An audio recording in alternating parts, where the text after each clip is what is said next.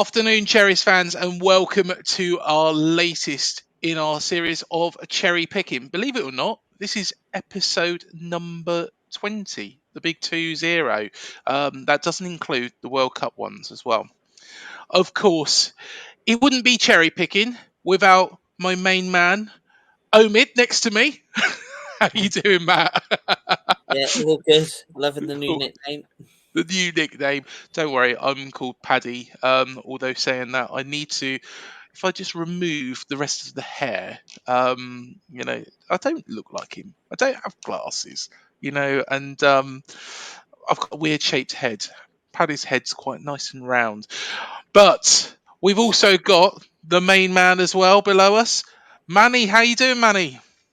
All good, Craig. All good. Matt, wonderful to see you as well. Cherry picking, always my favourite time of the week. Something very relaxing indeed, and happy to be back on. Yep, definitely. Great to have you again, mate, as always. So, there has been some news that has broken earlier on. Well, yesterday it was, and disappointing news from my perspective. We are going to do a show on this as well, but this is it. So Jordan Zemura agrees pre-contract with Italian club. Jordan Zemura will join Italian club Udinese when his deal at Dean Court expires in June. This comes after the player refused to enter negotiations with the Cherries. It is believed that Bournemouth offered Jordan excess of 30,000 a week plus bonuses.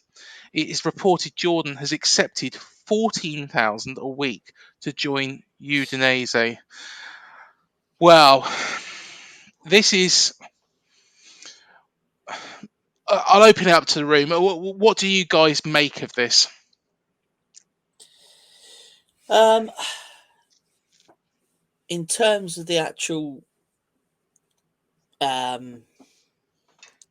contract agreement, it is what it is at the end of the day, isn't it? Yeah. It's a shame that we're losing him because he is a good player. I mean, I rate Zamora very highly. But for me, for this to be announced in this way with him pictured in the shirt before the end of the season, I think is just a bit tasteless. It is. On behalf of the Italian club in question. Now, fair enough, they've signed the player. Great coup for him. It'd be an asset to him. But usually things like this it's sort of done straight at the end of the season, isn't it? Yeah. Not while there's still games going on. And it kind of really makes you understand now why he's been put into the development squad to train there, because obviously there's no point in having him as part of your plans, because obviously he seems very, very focused on his new adventure. Because if we take a look here, there's the Twitter comment in the top hand corner there. Yeah. Which he put on, which said, a lot of news has circled in the last few days about my future. I'd like to focus to remain with the team and them staying in the Premier League. I wish them the best as always, and I'm sure they will achieve this. Up the Cherries, #33. And then straight after, the next one that he put on there was a picture of him in the Udinese strip. So I just think it's personally for me. I just think if I was in his shoes, I just would have kept this completely as low key as possible. I know it's hard to with the media sometimes, but I think for my own personal Twitter accounts or Facebook accounts or whatever you use, I don't think I would be putting a picture of myself up in my new strip.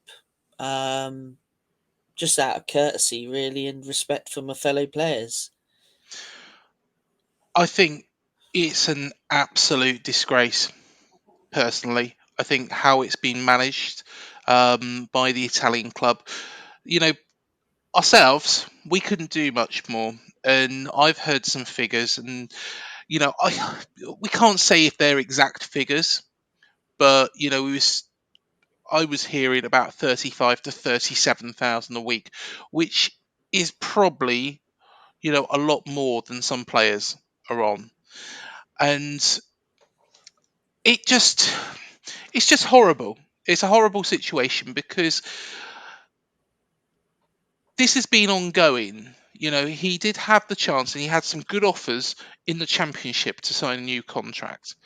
He hasn't, and it's vibrated throughout this season.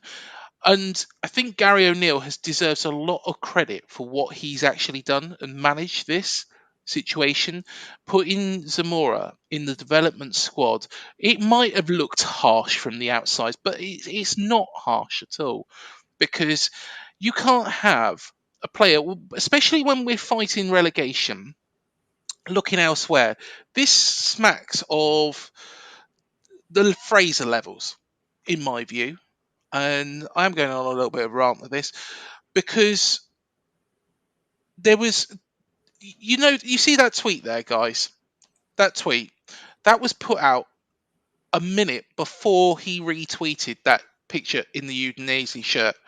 Yeah. And there is no, Udinese should never, ever, ever have put that out until the end of the season, in respect of our football club, in respect of the player. The agent, I think he's been poorly advised, Zamora. He's still a young man. I think he's been poorly advised. I think, and a lot of people are wondering, of course, Udinese are owned by the same people that own Watford. Now, yeah. Is that going to be a good move? Because if Udinese think, right, okay, we don't think he's up to it. We stay up. We don't think Zamora is up to it. Is he going to be happy playing for Watford for a season?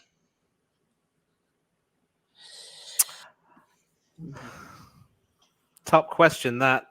And you've made some really good points about Udinese's conduct, but I want to ask a question. Surely Udinese wouldn't have been able to organize that photo shoot of Zemura wearing the jersey had Zemura not been willing to, cooperate with that, because it might have been photoshopped. I might get that. I might get that. Yeah. But Zemura is old enough to know right from wrong. And obviously, for him to have done what he did, you can see the two-facedness here, right? You mean, it's one thing to say the focus should be on making sure that we stay up, but then to retweet a picture like that, I mean, surely as long as you are contracted to the team, you are supposed to at least, think of the team and learn to keep your mouth shut about certain issues and not really make them public. I think it's fair to say as well, a lot of people might spin this one way and say that, Gary O'Neill was just being a little bit angry at the fact that Zemura wasn't willing to, accept what was on offer. And O'Neill decided, you know what? If you're not going to accept what we offer you, then we don't want you in the squad. You're going to the development squad and you're going to stay there. And a lot of people might consider that to be a little bit petulant. But again, you also want your players to be all in and at least consider things at the end of the season, analyze the situation, and then make a move from there. What the player's done is also disrespectful. And I get that you're angry at Udinese, Craig, but let's not forget, it takes two to tango. So Zemura isn't blameless in all of this. And so to get back to your question, this also smacks in many ways of the decision of Graham Potter to leave Brighton and move to Chelsea. And I don't know how exactly much he's being offered at Udinese. It must be a lot more than what Bournemouth would be offering him. But in your hypothetical case, it just proves that the grass is not always greener on the other side. Highly rated by the club. I guess salary is always going to be a bit of a sticking point or a sore point. But then you move to Italy and you realize that you can't quite adapt to life over there. And it's not going to be all that it's cracked up to be. And if he does end up at Watford, who might not even earn promotion back to the Premiership rather, then maybe he will think to himself, you know what, maybe I mucked up a little bit.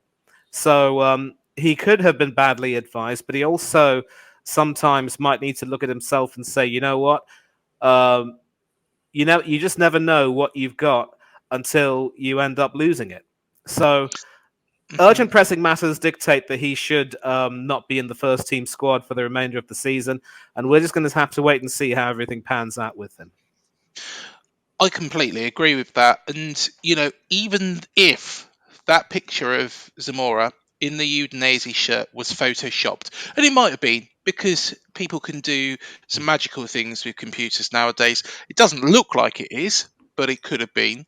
Why would you retweet that, considering it's not been announced by AFC Bournemouth? There's nothing on our official website about this. Wow. So I think maybe just obviously wrap this point up, obviously, because there's going to be the special show, isn't there, with yeah, this topic, is just a couple of things. Is in terms of him being put into the development squad, I don't personally reckon that was necessarily Gary O'Neill's decision. I reckon that would have come from above, because he wasn't obviously playing ball in terms of the contract. And I just think really it shows a lot of disrespect to the football club and his fellow pros by making the announcement in the way he did. yep, completely agree with both of you. And I think we'll leave the rest of it for the special show that is coming very, very shortly. But yeah, I think that pretty much sums up what the feeling is going to be around that special show. I don't think you really need to be a rocket scientist to actually realise what's going to come out on that. So, of course, on to happier things. Of course, we played Leicester on Saturday and got a very, very good result against a team who are managerless and struggling. Of course, they've just recently appointed Dean Smith, which I think is quite a good appointment, to be fair for them. But let's cap on this. So, of course, not a bad day for the Cherries at the King Power. And with regards to this game, what was the general feeling, Matt? Approaching this match against Leicester, how did you feel? Because I felt fairly confident. I think in the wake of the situation at Leicester, we're obviously just dismissing Brendan Rodgers. I felt fairly confident of getting something from the game at Yeah. least. Obviously, 3 points is absolutely superb. Mhm. But in terms of the performance itself, I still think we could have done better. Yeah. Yeah. I Yeah, in thought some Leicester was respects. I poor. mean, in terms of goal wise, again, and I think we'll see a comment shortly. It's about how clinical we are. And again, I think we wasted a few chances. Yeah.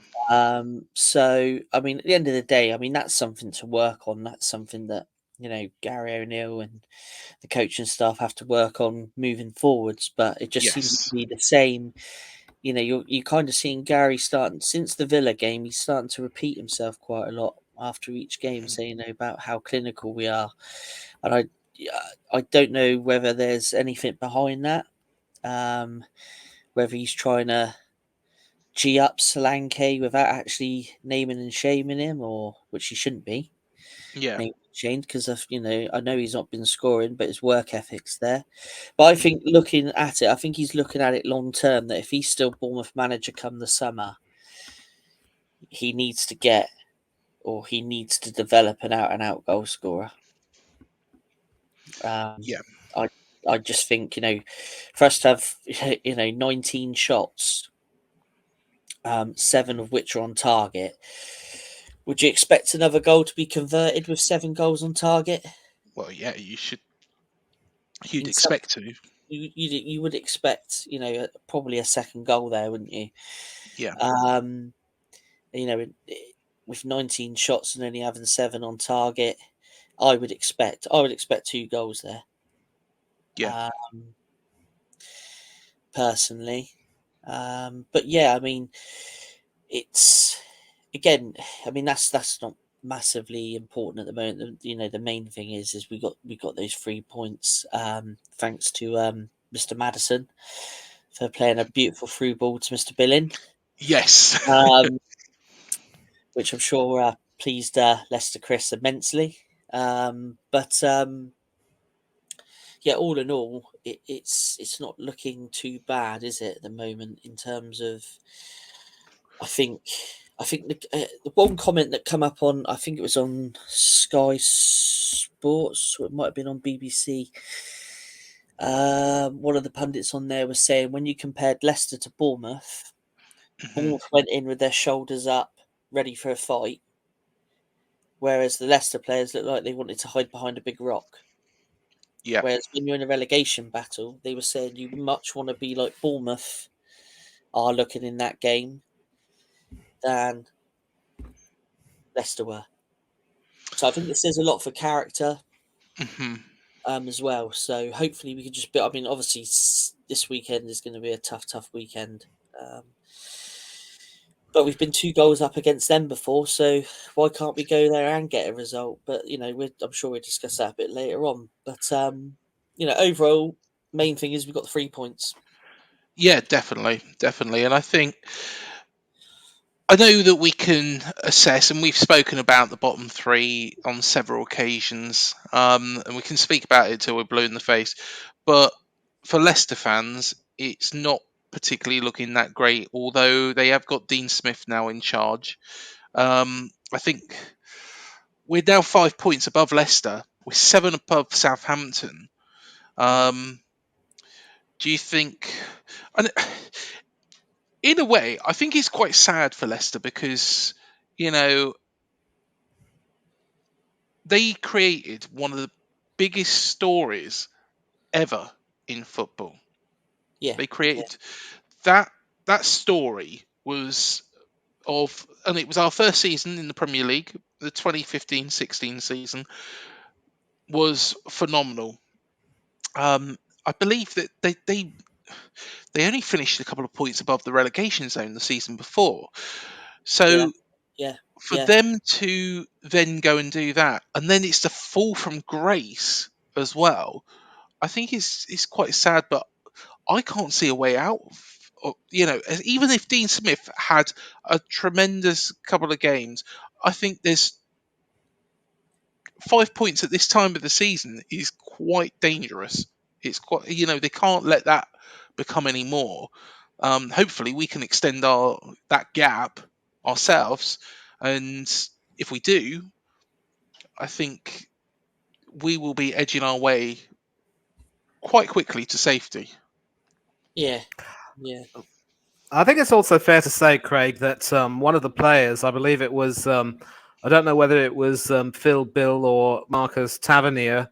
I think it must have been Tavernier, I think. He was the one who said that the quality present in the Bournemouth team will pretty much dictate that you do everything you can to stay up. And what makes me happy is that when we spoke on an earlier episode about the run-in that you were having, Yes.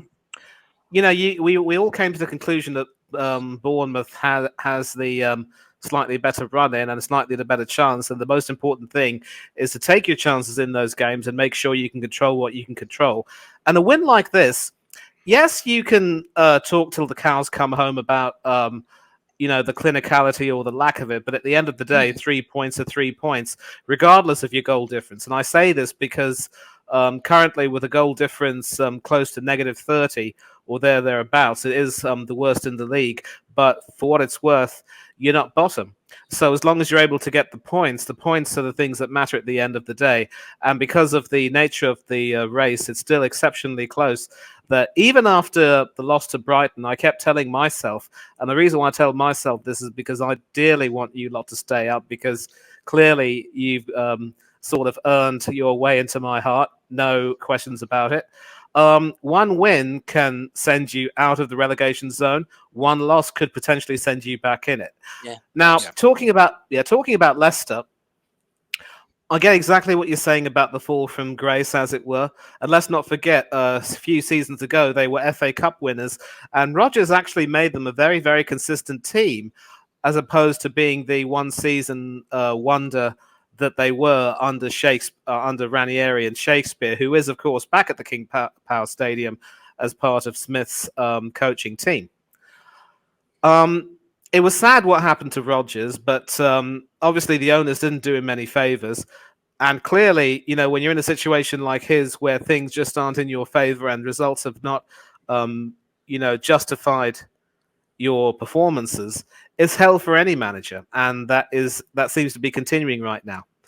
Whatever Dean Smith does, Smith is, of course, known as more of a team builder, and the work he did with Aston Villa and Brentford is exemplary. Of course, when he joined Norwich, they were already going down, deeper and down, and they weren't improving under him, so I suppose he had to go. But the work he did, as I said, at Villa and Brentford means that he deserves credit for being a guy who can build teams. And I would actually like to see, if performances do improve, even if they go down, I'd definitely like to see him stay on, because he seems to be the type of manager who can rebuild that side by selling a few of the players who've sort of done their dash and try and build a team again from some new players, try and bring some more players through. And then we could see a return of the Foxes to the Premiership and take things from there. It isn't looking good for Leicester. I completely agree with that. And the rot, of course, has set in, maybe from Rodgers, but also mainly from the board, in my opinion, who didn't really do their jobs properly. I think Brendan Rodgers is still a quality manager who will definitely find employment at another club elsewhere sooner rather than later. And it is sad to see what's happened to Leicester, but it's another reminder, if teams like Nottingham Forest and Aston Villa could win European Cups and end up getting relegated a few seasons later, no team is too good to go down. Yeah, I completely agree. Completely agree. And there's been big sides. Newcastle went down, a couple of years back, didn't they? And their side, oozed quality at that time, and they still went down. West Ham, the first time they went down, I can remember they were a strong team. So, and a lot of people will look at, say for example, if Everton were to go down, a lot of people will turn around and say, Everton, what are they doing in the Championship? But like you say, nobody is too good to get relegated. And, Everton have got no divine right to be in the Premier League. Like, no, none of the teams have. So it'll be interesting to see what happens.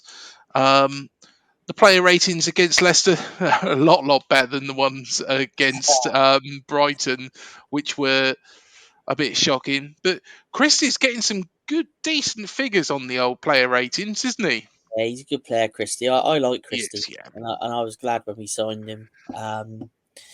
I think his work rate is phenomenal. Good player, good player. And to be fair, whether he starts or whether you bring him off the bench, always puts a performance in. Do you think So he's taken a bit of time to adapt to the Premier League? I think that's a fair comment. Because I think he did struggle kind of mid-season. Yeah. But I think he's starting to come into his own a little bit in the last sort of 3 or 4 games. Mm-hmm. Which is nice. So, yeah, like I say, the game.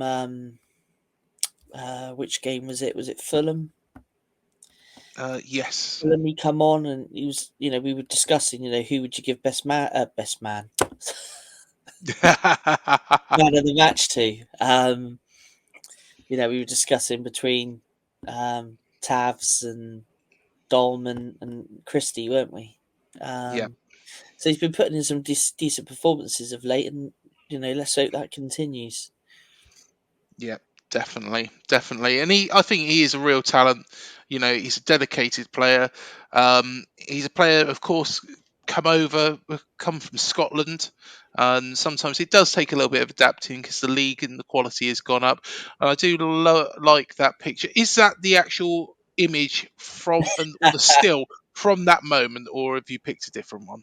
No, I think that I think if you look at the way the Bournemouth players are facing, I think that could well be the pass. Yeah, I excellent. did see that and I thought, is it? Isn't it? Let's whack it in anyway for some giggles. Yep. Yeah, yeah. Yeah, Great pass. Chrissy's. Great Taking start. Mickey to the new level, are we, Mr. Harrison? Ah, But lovely. yeah, Just briefly, if I may say so. I don't know. We might have discussed this, albeit briefly, but the decision to tie down Morara Neto to that new 3-year contract, Oh yeah, excellent piece of business. yeah. Now this is Agree. a guy right here who, after playing at some of the biggest clubs in European football, albeit as more of a backup goalkeeper, has now found loyalty, togetherness, and true team spirit at the Cherries, and yeah, he's been made captain. So yeah, I think we have discussed this, and I remember saying that this is a place where he could end up retiring, and if it does, well done to him. And I think he's probably the one who is, one of the players who's pretty much, really giving the team a great deal of confidence. Not even someone as experienced as Adam Smith, with over 300 appearances for the Cherries, seems to be capable of really lifting the team the way Neto has done. So, mhm, top piece of business, top decision to give him the captaincy, and I think he will really, really, really relish his role. And as long as he continues the form he's in, good luck to the Cherries. I'm sure you'll reach the promised land. yeah, definitely, Absolutely. definitely. Well, this is a word from Gary O'Neill. Um, it should have been more comfortable, which completely agree with him. But we had to show grit and determination in the end. We played very well, but we didn't take our chances.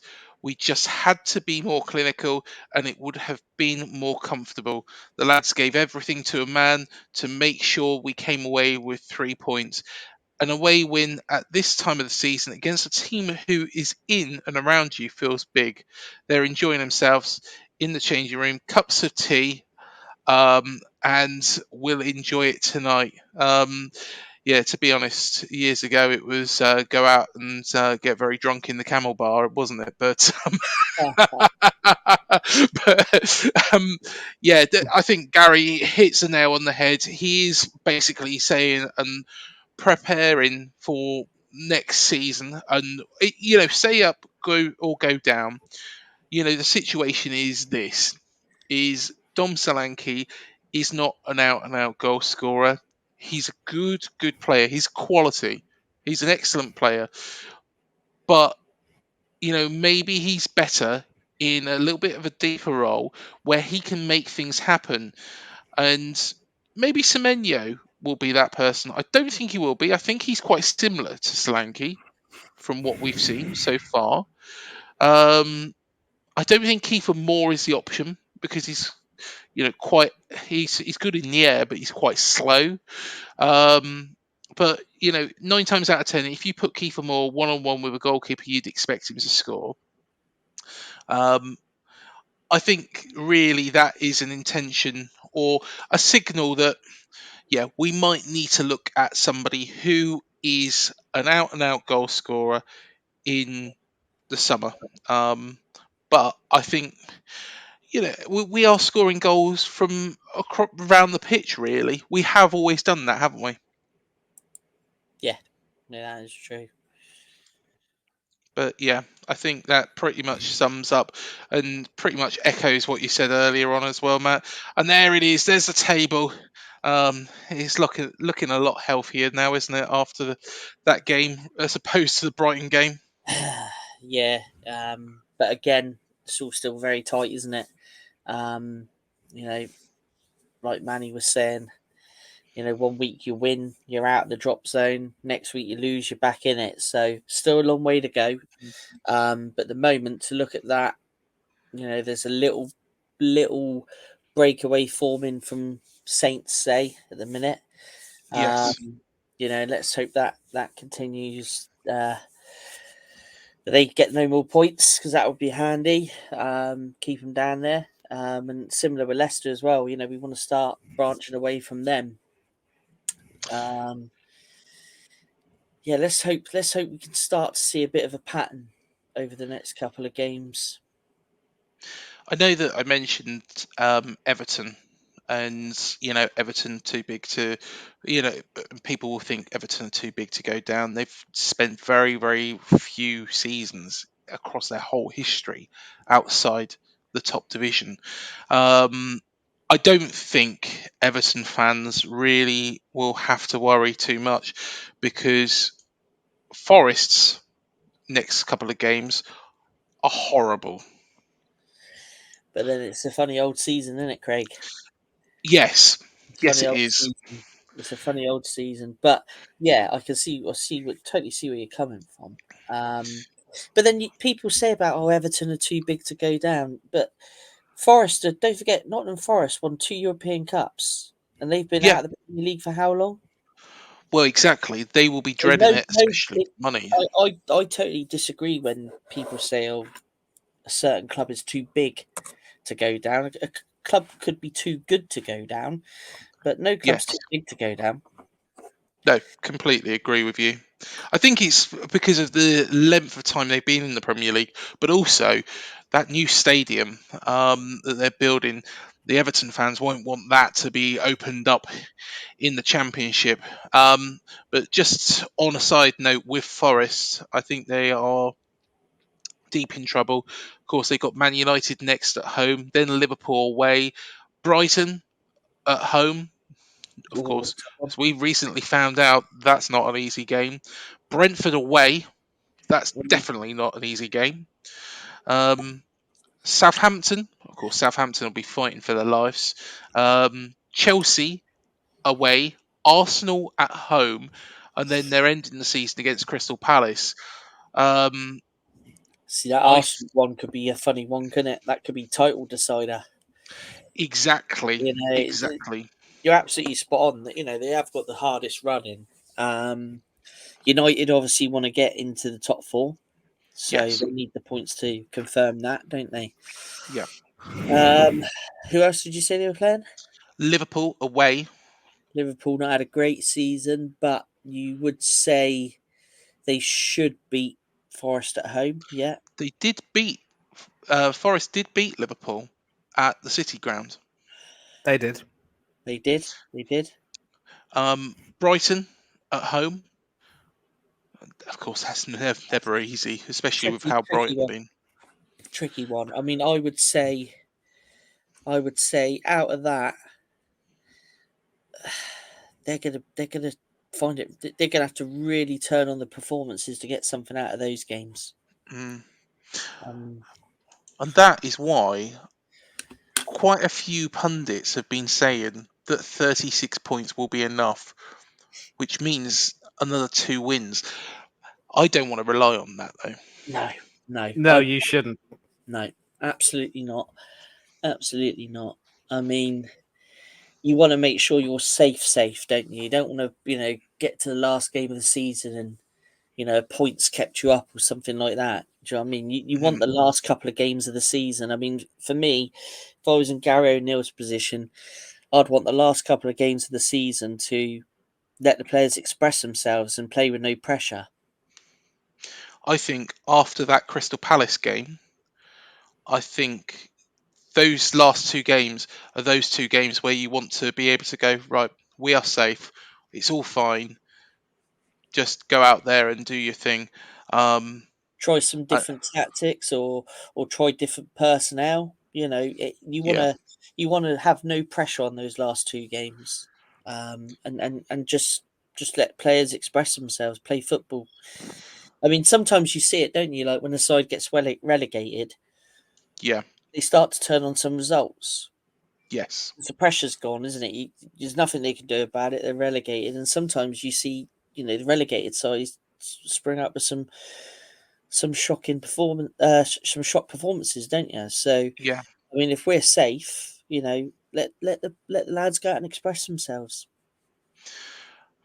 And I've said it before.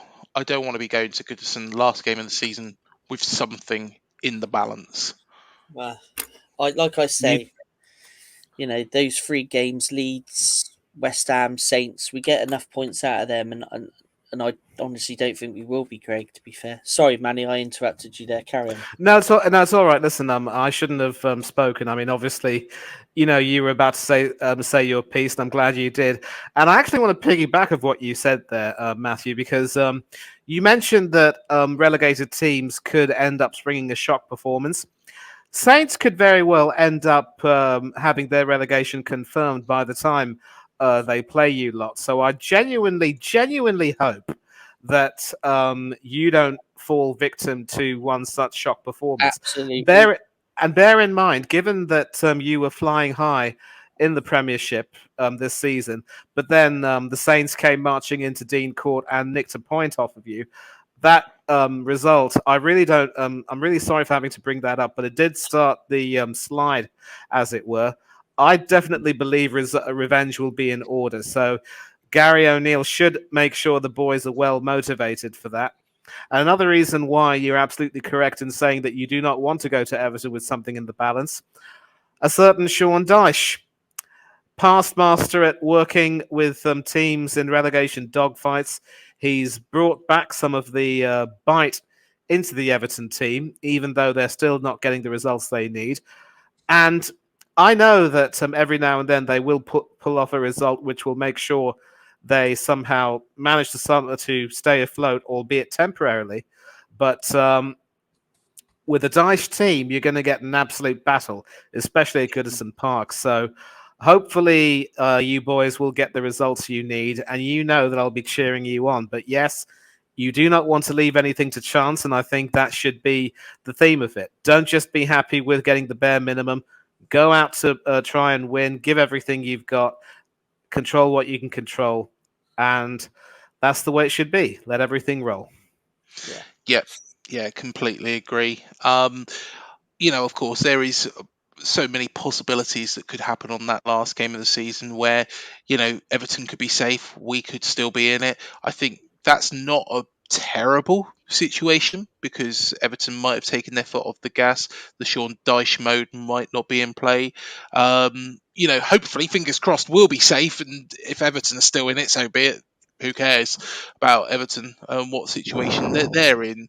I think the worst case scenario all round would be if it is between us and Everton for that final relegation spot. And that would be an almighty battle, especially considering how toxic Goodison can be. Yeah. Absolutely. Yeah, Well, we do have as well on this edition of Cherry Picking a special guest to talk to us. You might recognise him, and it looks like he's with us now. Mr. Laurence Martin, how you doing, Laurence? Oh, I'm doing all right, man. I'm just getting myself a seat to sit in. It's just starting to rain, of course. Oh, is it? Yeah. Where are you today, Laurence? All right. Where are we? Let me get my picture up there somewhere. There you go. Whereabouts are you today? I'm in LA. Excellent. LA? Rain? Yeah, we've had so much rain lately. It's unbelievable. Oh, We've had crikey. those rivers you get in the sky, whatever they call them. We had 11 in a row. Oh, my words. Fair enough. Fair enough. I didn't imagine that it would rain in LA, Laurence, but there you go. You learn something new every day. Well, one time when I was house painting, it didn't rain for 8 years, and that was really good.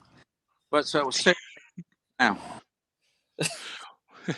Well, I'm guessing you're very, very happy, of course, with that Leicester win. Of course, Yeah, we are. man, that was I watched it over there. I was in New Zealand, and it was on, I don't know, pretty early in the morning. So I watched the replays, I didn't know the score, so it was just just the same. The last 2 games I watched over there. Yeah. 3. Yeah. There you go. So my prediction, hopefully, is coming true. You guys still there? Yeah, we're still here. 16 points in April, and we got 6 so far. If we get 1 against Tottenham and then win the other, we get the 16 points. So I'm on track, matey. Excellent. Well, I hope that comes true. Because I tell you Yeah. what, that would be safety assured. And of course, we got those big games coming up as well. So, fingers Right. crossed. Yeah. So I put on there this week.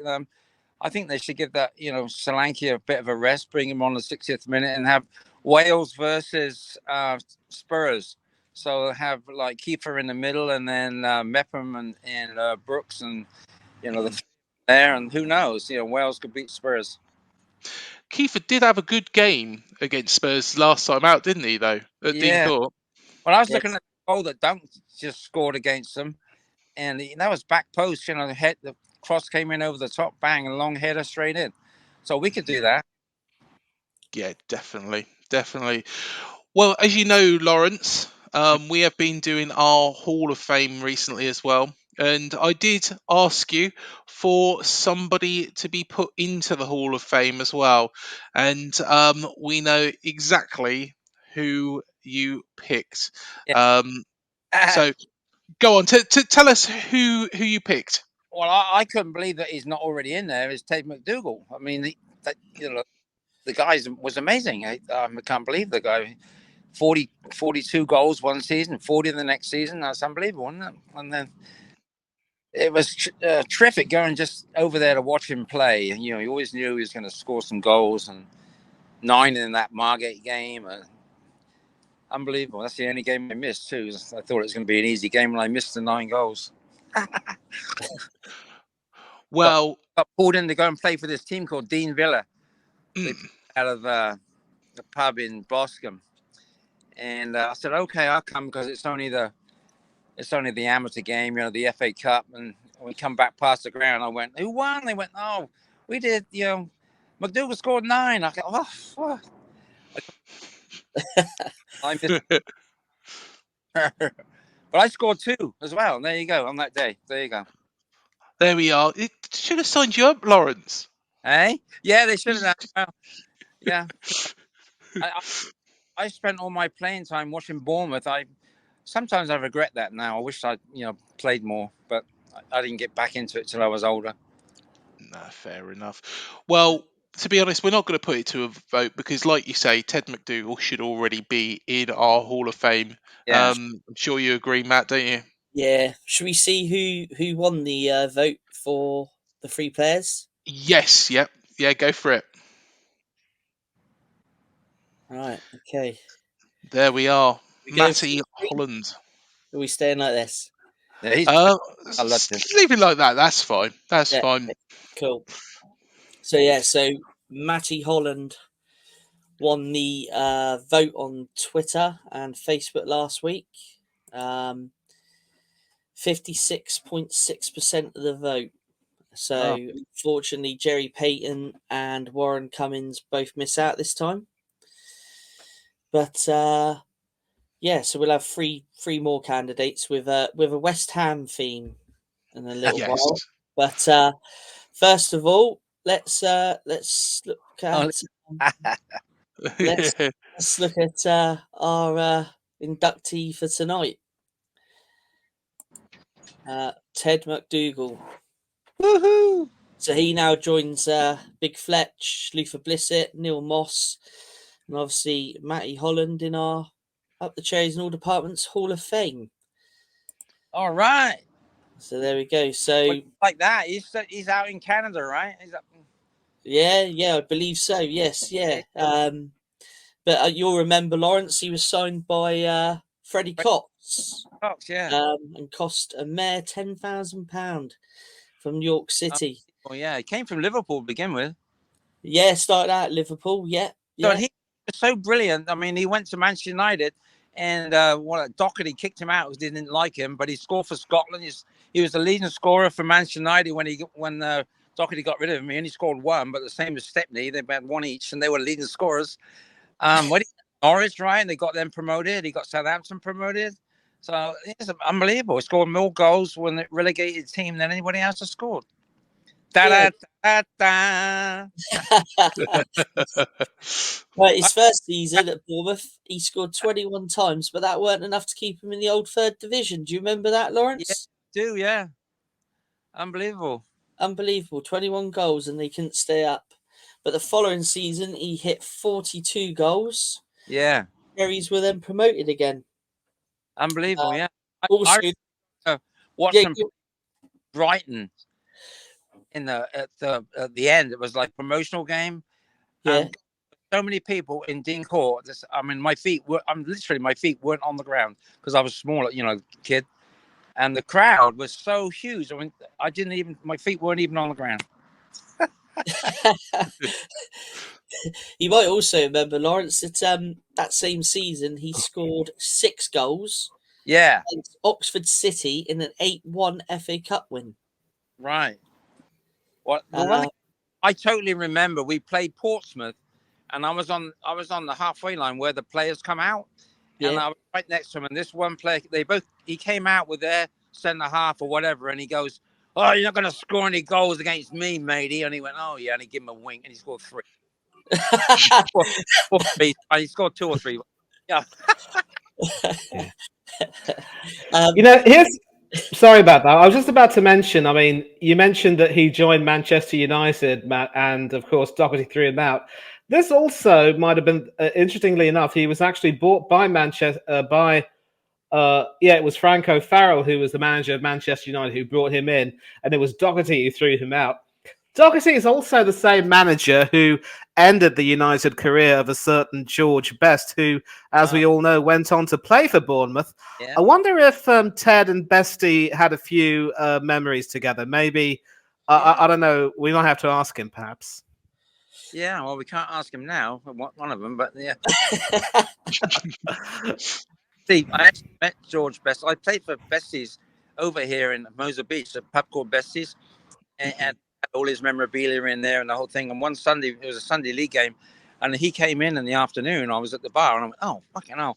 So I dashed home because I had this old pennant. It was like when he was 16 playing for Manchester United, and I took it in. I went back and got it and put it in front of him. I goes, "Can you say?" And he went, "Fucking hell, is that me?" I bought him a drink. He said, "No, I can't." I go on then, give me one. Yeah, so I bought him a vodka, really bad.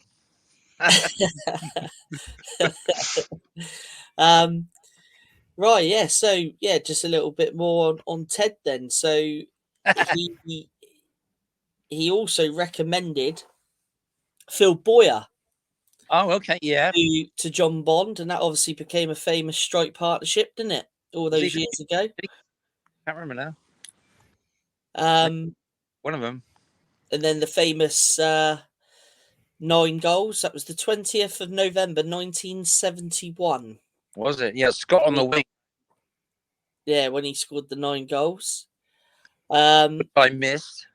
And then not forgetting the spectacular header he scored at Villa Park, which was caught by Match of the Day cameras. Well, I saw him come on one time, and he took as a substitute, and he took the corner, and then he ran to the middle and headed it in.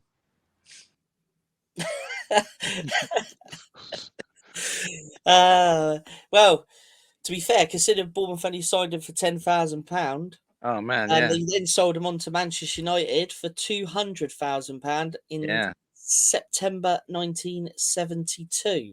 Freddie Cox. I remember when he was, because he didn't do very good actually for Bournemouth at the end, and then it was like Cox in your box, Freddie really bad. I was going to write it on stand, but I never did. So yeah, after United, he went to West Ham, Norwich, where obviously he teamed up again with John Bond, Mel Machin, Boyer again. Then he went to Southampton before coming back to Bournemouth under John Benson. Right. And then he was later replaced by Alex Stock. Yeah, you got that right. Yeah, but that's time he wasn't as prolific as his first period with Bournemouth. No. Netting 16 times in 52 games. Right. But once he left the Cherries, the second time around, he had a spell as player coach under Alan Ball at Blackpool before playing some non-league with the likes of Gosport and Salisbury and Poole. Doing like I was also reserve team coach under Alan Ball at Portsmouth as well in the late sort of 90s, I believe.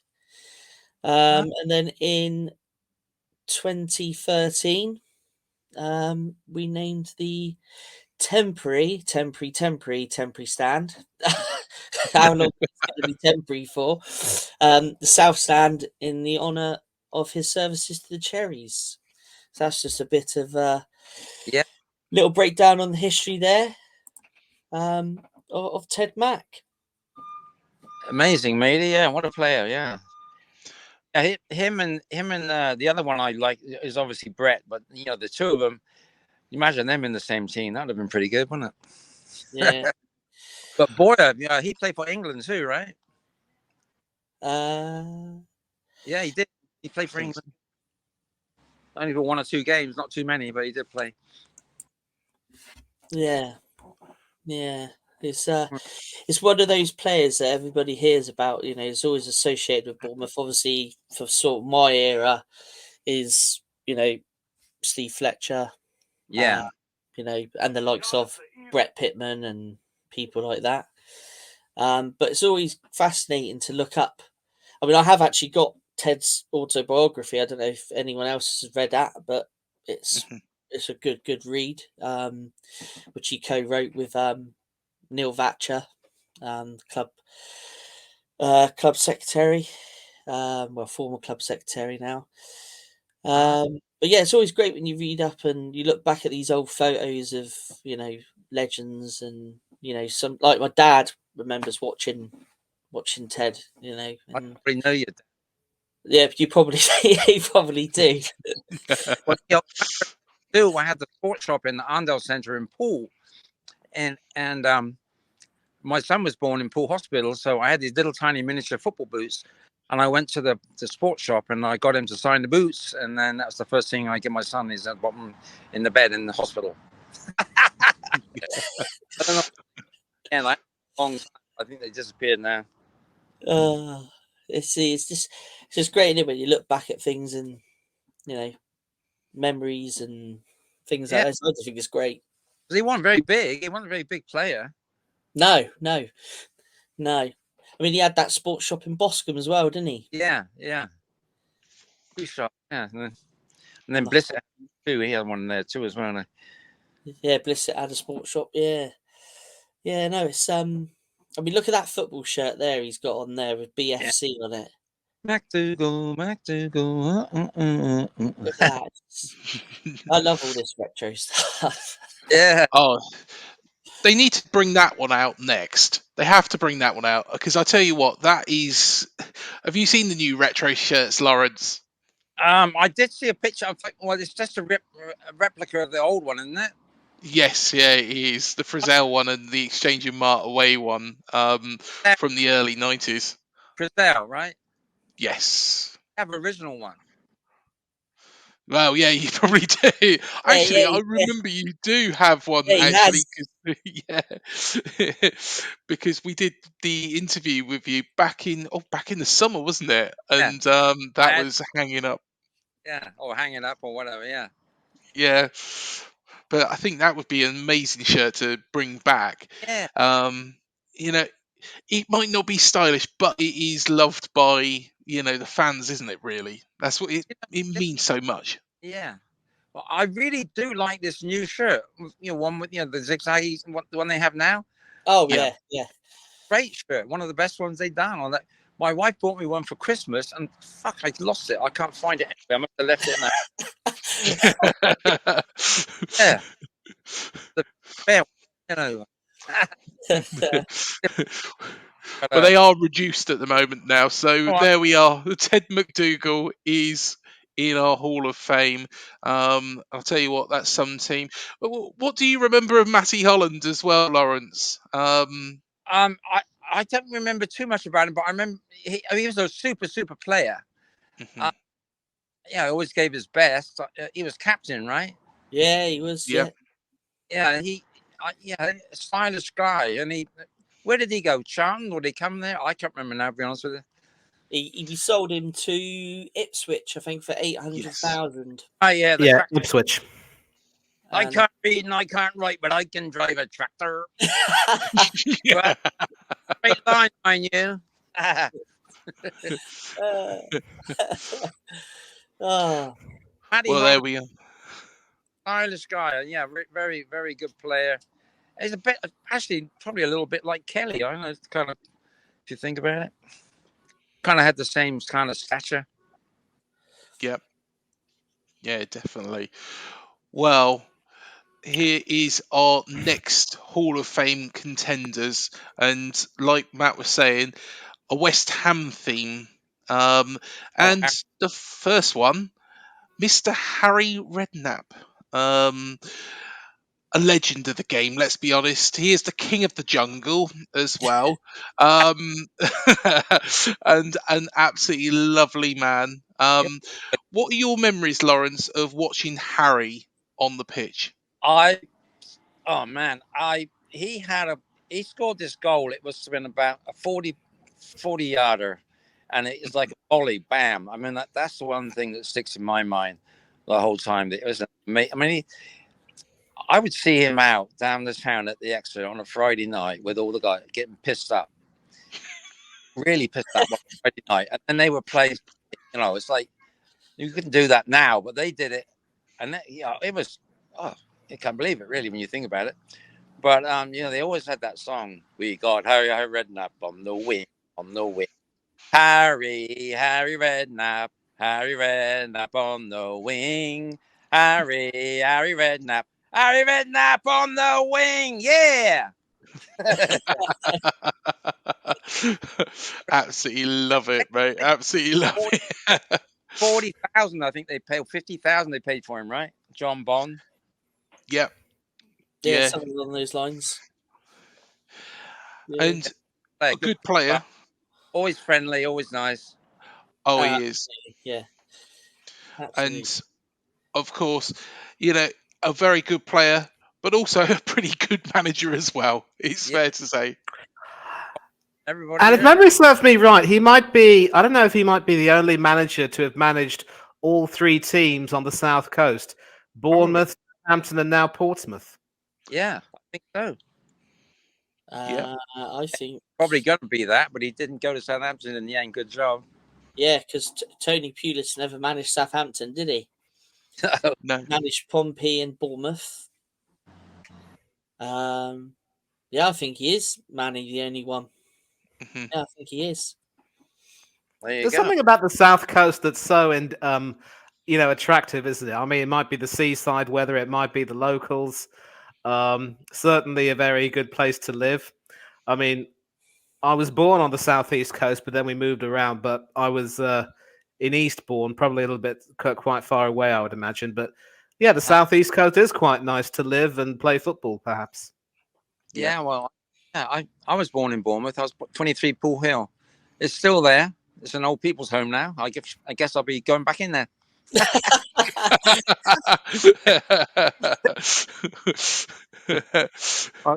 You never know, right? You might be in your 70s, but you're definitely young at heart, sir. It'll be a long time before you go back there. Oh man, what I just came back from New Zealand and that flight. Oh god, I don't know if you saw the little thing I put on Facebook about jet lag. It was me and my wife were like, ugh. It's pretty.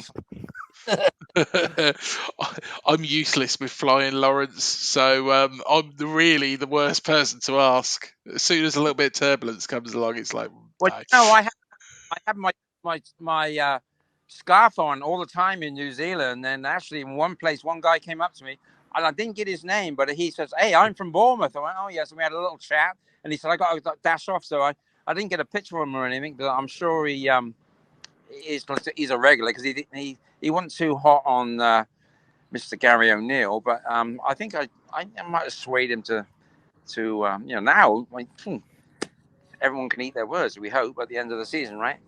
I completely agree. Nothing will make me happier than that. If you are that fan, leave a comment in the comments section and make yourself known. Shall we have a look at our next contender? Yeah, it's a helicopter flying over. I couldn't know what you're saying, but okay. Well, the next contender is Ian Bishop. Bishop. Yes, very tough player. Throughout his time in the game, and of course played for Man City, 1989 as well. And was Terry's favourite. He also does a show called 5 Pints with Ian Bishop as well. So if anybody's seen that, but what did you make of Ian Bishop? Me? Yep. Well, I lived. I mean, he's a great player, obviously, but I can remember him. I lived in East Way. You know where that is? It's the Bournemouth schoolboys. Yeah. The top. Yep. So anyway, I'd look out, and Ian Bishop would be over there in the field training, like on his own. So many, he was a big professional. He really, strived to be super fit. So that, I think that was just one of his main things, was being super fit. Yeah. Well, he was tough, wasn't he, as well? Tough midfielder. Well, Yeah. I'll tell you for something. I saw a picture the other day of Ian Bishop when he was playing at West Ham, Mm-hmm. and he had a young Roy Keane by the throat. Yes. So, not many people, not many players can say they've had Roy Keane by the throat, can they? No, and especially Roy Keane, somebody who was quite feared in the game, wasn't he? Break your leg. Our Bishop wasn't scared of him, so there we are. Ian Bishop, another legend at the club. Let's have a look at the third contender, which is Stephen Purchase. Oh, okay. Go on, I'll open up to the room. What were your memories of Stephen Purchase, guys? Who's going first? Anyone? So what years did he play now? He signed for us. I believe it was the year 2000. Okay. In the summer. Yeah. Yeah, I was gone then, so I didn't see too much of it. But I know he was a super player. Only the games I saw was when I came back, and I catch a few games. But yeah, his name was always on the team sheet, right?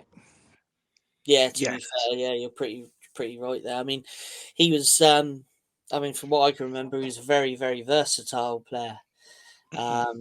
Predominantly a right back, but when Mel Machin brought him in, we'd lost Jamie Vincent a season or so before. He was obviously sold off to Huddersfield. And Krista Warren was converted into a left back. He was out of contract and left, and that's when they brought Perchy in. And Perchy played most of his first season, if I remember rightly, at left back when Neil Young weren't injured, and when Younger was injured, he'd fill in at right back, and someone like Narada Bernard would play left back. That's a name that many people probably won't remember, but actually, Narada was a former Arsenal player, come from Arsenal, same time as Perchy, I think, if I remember rightly. But if you look back at the playoff final, for example, in 2003, I'm pretty certain he played centre midfield that day. I think he did, yeah. Yeah. Well, I remember coming over because the only silverware I think that we won the reserve cup final. Mm-hmm. Yeah, that's right. Yeah, and we had two guys that were trialing, were both from Arsenal, so it could have been those two. And I think it went to penalties, and it was, blimey, it was like 11-9, or it was huge score penalty. It poured with rain the whole game right through, but they did open up the bar upstairs in the old ground. Yeah, I asked them, I remember that night because it was pouring down with rain, and Yeah. I think it was Ipswich we were playing in the Avon Combination Trophy. something like And if I remember rightly, I think Jason Tyndall was captain on the night, wow. and Narada did trial at left back. Yeah, you're right. You're right. It's amazing what you can remember. I remember being. I think they had the South End open as well. Yeah. And I think, if I remember rightly, I was still on the South End. There wasn't a big crowd there. No. They had the seats Well, open rain, at the rain. South End. And I'll tell you another person there. I think if Mr. Rawlins was on, I think he would remember going to that because both of us went to that. I remember. Another thing was that I actually made it the front page of the Echo, and there was a whole thing. The guy flies in, for a reserve match from. It was the front page of the Echo in colour. I got it framed in my pub. Of course, Stephen Purchase has been, big part of Eddie's team, wasn't he, as well, in coaching capacity, and he's, of course, enjoying life up in Newcastle now. So, yep, those are the three contenders.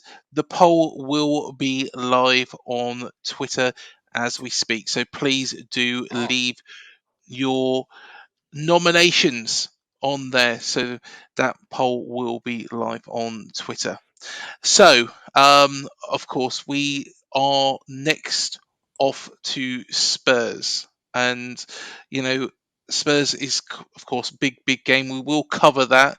Of course, Laurence is hoping for a win, but let's firstly talk about Yeah, I think it's a score draw. score draw. Well, I tell you what, I take that. It's a point, towards safety, but you never know. Never know. We're always a little bit hopeful. But let's talk about our number fours, because there is some people that you'll remember in here. So these number fours are players who have been allocated the shirt. So it is only since 1999. I know that there's a lot of number fours that probably wore the shirt over and above others, but really it's only allocated numbers. So let's start with the first one, probably the most obvious one, the legend, who is Eddie Howe. So yeah, Eddie Howe. Go on. Who wants to talk all about Eddie Howe? Because I've spoken about him so much on this show before. Go on, Matt. You take the room. Yeah, well, he was the first one to be officially allocated the number 4. He used to wear number 4 quite a lot when he used to play before squad numbers were issued. But yeah, what else can you say about this guy that hasn't already been said? Just love the white shirt and green short combo there. Sorry, what was that, Laurence? Didn't he start off at Pally Sports? Party Sports may well have done. As a youngster. Pally Sports. I'm sure that's where he played. Yeah, because he was raised in Verwood, wasn't he? So that's quite yeah. You probably are right there. But class defender, wasn't he? Really, I mean, unfortunately for the injuries, he would have played top level easy. So class, and had such a great partnership with Ian Cox. Great Cox, yeah. The day, who's a real big favourite of mine, Ian Cox, when I was a youngster, and you could just see from when he was playing, he was just so intelligent as well. He was an intelligent defender, kind of, I suppose in some sort of a way, not as good as, but in the mould of like a Bobby Moore.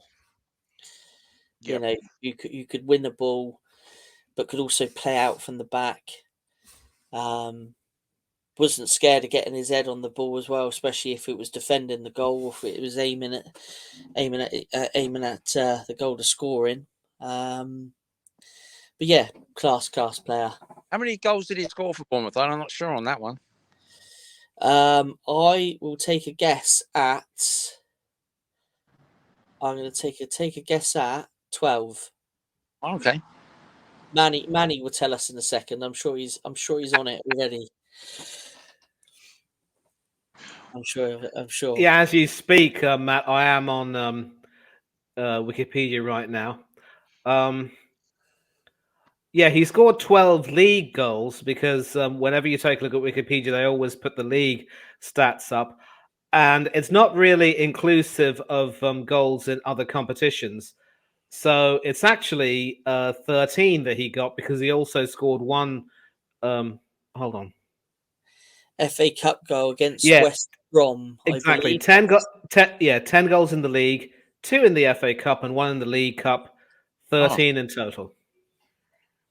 Yeah, Wow. yeah, 13. Oh, I wasn't far off with 12, I suppose. Not a bad guess. No. But he also had a second spell at Bournemouth. I'm just remembering. So 2 more goals in the league. That takes his tally now to 15 from a total of 312 appearances. That's not Yeah, bad. unbelievable. Not bad for centre back, is it? And we all Nope. paid for him to come back, right? Yeah.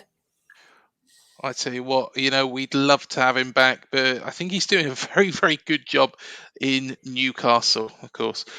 I predicted, and I'll say this forever, I predicted that Newcastle were going to finish third earlier on in the season. Well, at the start of the season. Yeah. And He's I doing should put quite a my good job. hands up and I said, you're absolutely stark raving mad. But fair play to you, because you're looking right in the minute. See, I trust Sir Eddie. In Sir Eddie, Yeah. King Eddie, I don't know. I did put loads and loads of praise towards Eddie Howe in our Newcastle video. I can't remember what I knighted him as and gave him he's the king of Bournemouth. King Sir Eddie. I can't remember what I put, but let's move on. Next number 4. I was a little bit upset when he let that Woods and Selby go to Nottingham Forest. I thought, why did he do that? But now you can see why, because they're terrible. Well, here is our next number 4. Go on, Matt. You talk all about him. Marcus Browning. Mm-hmm. Yeah, good tackling midfielder. Yep. Very experienced when he came in. He was at the twilight of his career. Former Welsh international. Part of the squad that unfortunately got relegated from the old Division 2, but was part of the squad that bounced straight back up. Mm-hmm. Yeah, good player. Also very handy if you need an emergency goalkeeper, as Yes. we found out on a couple of occasions. So, yeah, real good player. I'm sorry, who are we talking about? That was Marcus Browning. Oh, okay. I don't know too much about him. And then, yeah, there's quite a few interesting ones here actually in the number 4. Yeah, well, let's go to the next one. I'm sorry I did flick through a couple just there. I was trying to make it full screen, but yeah, for some reason I couldn't do that. Go on, Matt, you talk away. I think this guy made our worst select 11, if you remember rightly, Craig. This is Paul Yes. Telfer. Yes, Paul he did. Telfer. Yeah, like I say, I do remember him playing for us. I don't remember it being the most strongest spell of his career, but yeah, he was a number 4. Moving swiftly on, are we? Next. There we are. A man that we'll see quite a lot while we do this series of shirt numbers, because Yes. this is one of a couple of players that's worn several numbers. Sean Cooper, obviously, currently assisting Gary O'Neill in the He is. dugout. Yeah, again, bit like Perchy, quite a versatile player. Could play centre back, could play right back, could also play defensive midfield. Former Pompey player, so he was a local boy. But yeah, good player. Also was captain for a spell. Formed part of that very, very important side, the -17 side, and then the Yep. promotion side the following season. The following season after that, obviously got to the playoffs under Bradbury. So yeah, he had some good time there as a player. Let's go to the next one. Van Zuber. He was a bit of a cult hero when he first joined. They even made T-shirts in the club shop which said, It's not the same guy, right? Zubar, give us a wave on the front of the T-shirt. First come in and wore number 40. And I loved the guy. I thought he was great. Popped up with a couple of goals as well. In there. But a funny story with Subar, when he got allocated the number 4 shirt, I don't think he really made any appearances. I think he was injured, and then Eddie come back and he was loaned out for most of the time, and was actually still part of the squad during our first season in the Premier League. That was the last year of his contract, and he had an absolute bumper pay packet for not ever playing. Oh. Because he was always out on loan, and the club was covering his wages for most of it.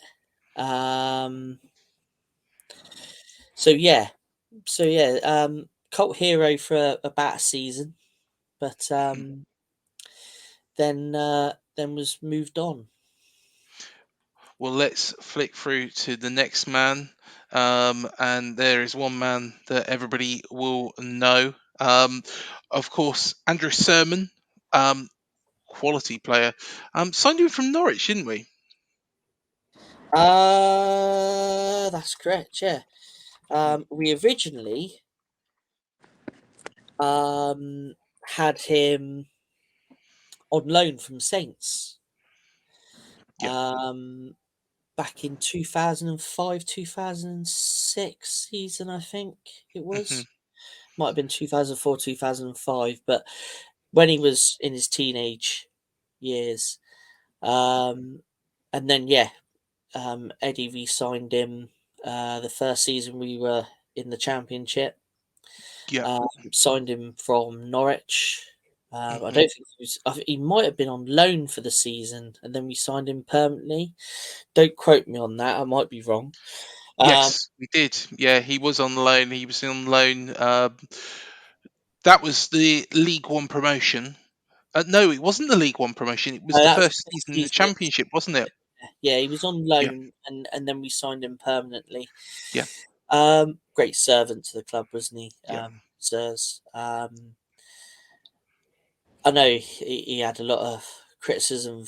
Sometimes he was called Sideways Sermon, but I mean, he was always an experienced head stick in that centre of the park. Didn't pop up with too many goals, but the job he did do in midfield was what he was there to do. You know, win the ball and start to create. He's now back at the club, isn't he? He's now working with the. He is.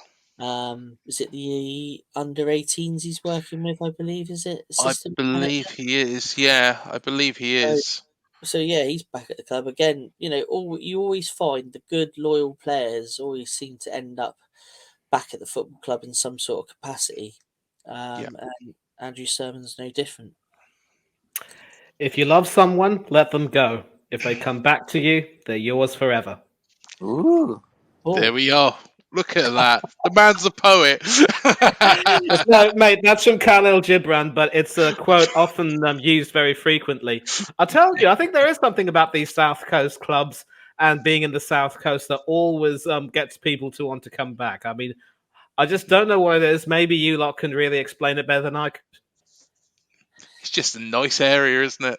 I just thought we were doing the Valentine's Day special just then, but then I just realised we weren't. That was such a romantic piece there that Manny chucked in. You know, And that's Bill Foley. He's down. He he's lives making me right. feel so romantic tonight. Um,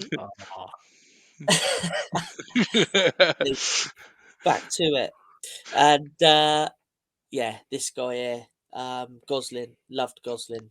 I did, yeah. Whether he was a squad player, or whether he was starting, or you know, always put a shift in. To the point of when Tyndall let him go, never understood that, to be honest. I would have kept him.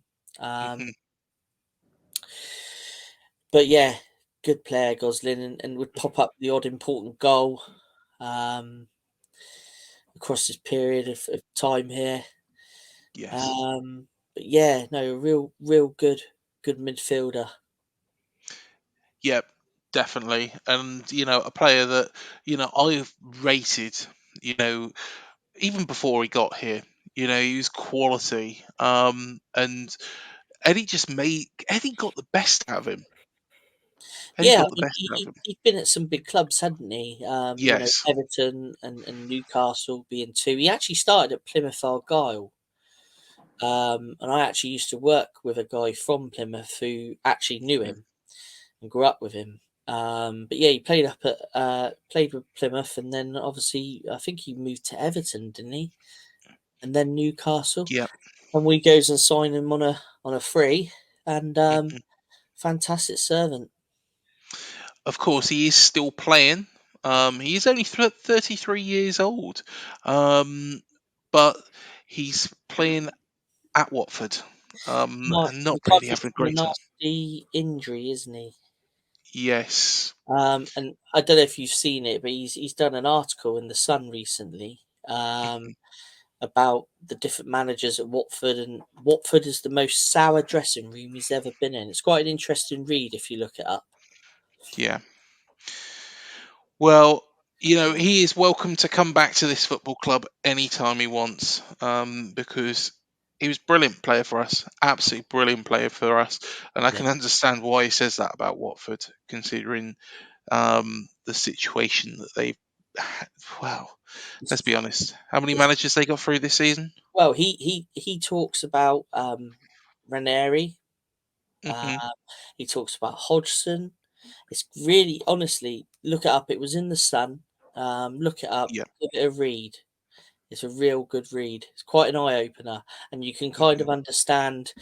I mean, I saw on Talk Sport them describing Watford as a clown club because already Chris Wilder's job appears to be on the line, and he's been in the job for 36 days. So it's an interesting read. Give it a read. Well, yeah, I will find the link and I will put in the description as well for everybody. And of Bang up course, to date. up to date. This man is an honestly, he's a lovely guy. Lovely guy. He's been through the wars, hasn't he, since he's been here? If anybody's well, I can't imagine any Bournemouth fans not watching that documentary about him. Oh yeah, Um, fantastic. it is a really, really good watch. Painful. You know, hurts to watch it because he is such a professional, but he has bounced back. And Lewis Cook, and that's a legend. A legend. Even if he decided to leave tomorrow, he'd still be a legend. Because of the way he's conducted himself at this football club. But I think he's going to be here for many years to come. Yeah, I mean Yeah. he's one player that possibly could have put his hands up and said he was leaving while the club was in the Championship and possibly moved on to a Premier League club. But another player that remained loyal. Yes. Obviously, I know he had that nasty injury as well, didn't he, during that spell? Sure. But I mean, I don't think he gets enough credit sometimes. The stuff he does off the ball and the way he wins the ball, and then he can just start an attack and class player. Stands out. Completely agree. Well, that is our number 4's, and we're bang up to date. The sun is out in LA.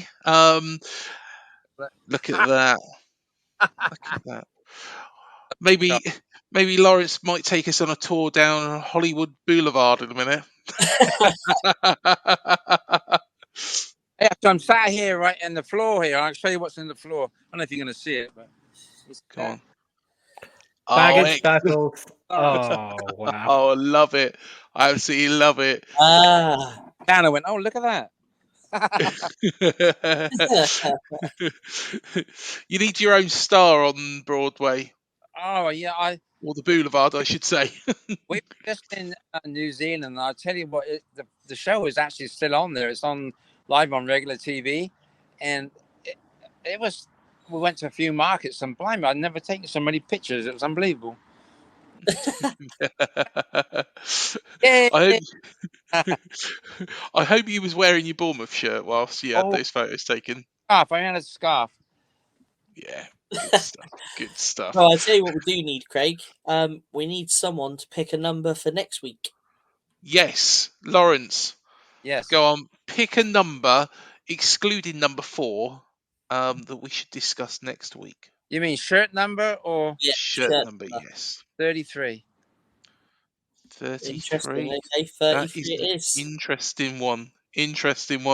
Well, that is our next shirt number 33. Didn't expect that, Laurence, to be honest. That's my lucky number. Where we are. I didn't expect 33, but yeah, it'd be quite interesting. And yeah, we shall see. We shall see what comes up. Yeah, be an interesting one. Well, like we're saying, Spurs is next, and we are doing a little bit of a preview. And players that played for Spurs and the Cherries. Any names ring a bell straight away, Laurence? Smith. Yeah. Yeah, he's right. Yeah, he'll be in there. Anybody else, you reckon? What is playing now? No, has played at some point for both clubs. What about the captain? Anderson, is it? What's his name? Anderson. Darren Anderson? Yeah. Yes, Darren Anderson, yeah. Oh. Yep. Well, if memory serves me right, didn't he retire at Bournemouth? That's correct. He did. Because of that dickhead manager we had. Are we referring to Mr. Quinn? Yes. Yes. Mr. Quinn and his dog. To be honest, Laurence, I don't think we're ever going to get him on for an interview on here. To be fair, no. Yeah, we're not very complimentary about Mr. Jimmy Quinn. That's why he left. Because of him. Well, I'm guessing you probably remember this guy, Jermaine Defoe, of course, over 2 separate spells. Yeah, the hero. Yeah, absolutely loved Quality striker. I wonder if he wants to be a manager now. I wonder if he'll come down to Bournemouth, maybe. But no, we have a good manager. We don't need him. Well, of course, we can all remember his most recent spell and that Palace goal. That's the one that really stands out for me. Does that stand out for you, Matt? The Palace goal that he scored against Crystal Palace. Yeah, that was a good goal. Yeah, that was a good goal. I mean, he scored. I mean, I'm thinking back to the first goal he scored for us. Right, it was at Stoke City. Yes. And he was this tiny little kid, and he had this they didn't have the right size shirt for him. So if you look back at the pictures, we were wearing a white away kit, and he was absolutely drowned in it. But did he get up for a header for his first goal? Cracking goal. But if you see it, he's absolutely drowned in this like extra large football shirt because that's the only shirt they had left for him. And yeah, but I mean, over that first loan spell he had with us, he was phenomenal. The kid was unplayable. You could see he was going to go on and have a good career. Obviously, even at England level, probably really should have got some more caps. Yeah. At England level, in fairness to the guy. Second time round, I loved the goal he scored against Brighton as well at home. Yes, yep. That will always stick with me Well, because yeah, that second time around was really weird because it never played him. well, you see, the thing is I don't think we I think it was frustrating for him because I don't think we played to his strengths, and yeah, Eddie didn't use him a lot, unfortunately, which was a real shame. But Yeah. for me, an absolute hero, Jermaine Defoe. Yeah. Yeah, and he, what, 12? Is it still a record? Like 12 league games in a row? He scored 10 in a row, didn't he? 10, is it 10? Yes. Yeah, he scored in his 10th game in a row against Cambridge United away. Yeah, so I think it was meant to be a league record, but I believe it wasn't in the end. It was just a club record. I think the league record was 12, I think, at the time, but I might be wrong. I'm sure Manny would correct me if I'm wrong, but I did see him play away at Swansea. That was a good game. yeah, he's fantastic, Jermaine. Fantastic player. Wherever he's gone, he's scored goals. True And do story. check out our interview with Harry Redknapp as well, because Harry does refer to the time when he actually was offered Jermaine Defoe to Bournemouth. And it's quite an interesting story. Of course, with Harry, it's quite a funny story as well. So do go and check that out. Neil Young. Now, go on, Matt. Neil Young, one of your favourite players and a legend at this football club. Yeah, Youngie. I couldn't find a photo of him in a Spurs shirt anywhere, but he was at Spurs at youth level, class right back. Obviously played for Bournemouth for years and years and years. He was always, I would always say, he was always probably the best right back in the division he was in. Yeah. Easily. And I used to love how he used to link up with John Bailey down the right. And John Bailey used to play for us. They used to do this little overlap thing. Yeah, good, loyal servant to the club. Used to room with Big Fletch. Big Fletch mate on away days. Used to have the nickname Bungle, if I remember rightly, because they thought he looked like Bungle from Rainbow. But yeah, quality player, Neil Young. I wonder why he never came Australia. back. So what was that, Laurence? I wonder why he never came back to the club. He's in Australia, I think, playing. But Yeah, I think he played the last few years of his career out there and started coaching. So, and he's still out there now. So, yeah, not the easiest of players to get hold of. Let's put it that way.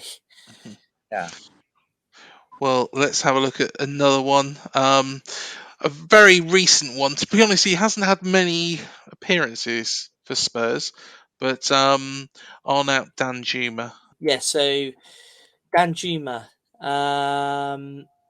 his first season with us was kind of injury hit, wasn't it? He couldn't It really was, find yeah. any fitness, could he?